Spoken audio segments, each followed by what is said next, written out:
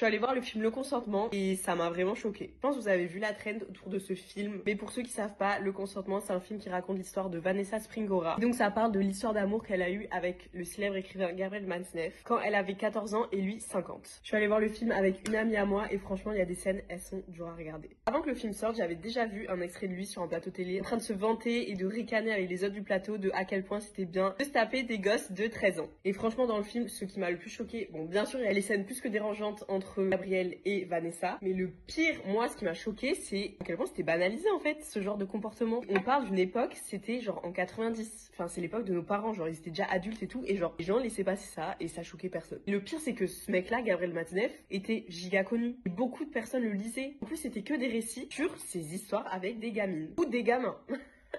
Aussi. Si vous avez vu le film, vous savez de quel ouvrage je parle. L'histoire des petits garçons à Manille, j'ai pas les mots. Et c'est pour ça que le film est bien fait, c'est que tu captes vraiment la différence d'âge et de à quel point il y a un problème et que ça n'a pas lieu d'être. Genre, ce n'est pas compatible. On dirait littéralement un grand-père et sa petite fille. Et ce qui est vraiment triste, c'est que tu vois à quel point la relation qu'a subie Vanessa quand elle avait 14 ans la suit toute sa vie. Et ça fout encore plus la rage parce qu'il était connu. Donc il était protégé, les gens acceptaient et ils disaient après tout, il écrit dans ses livres. Donc autant le laisser vivre ses belles histoires d'amour avec ses petites écolières, comme il aimait bien les appeler.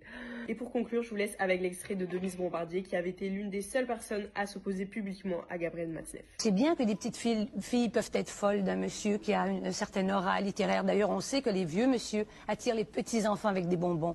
Monsieur Matzneff, lui, les attire avec sa réputation.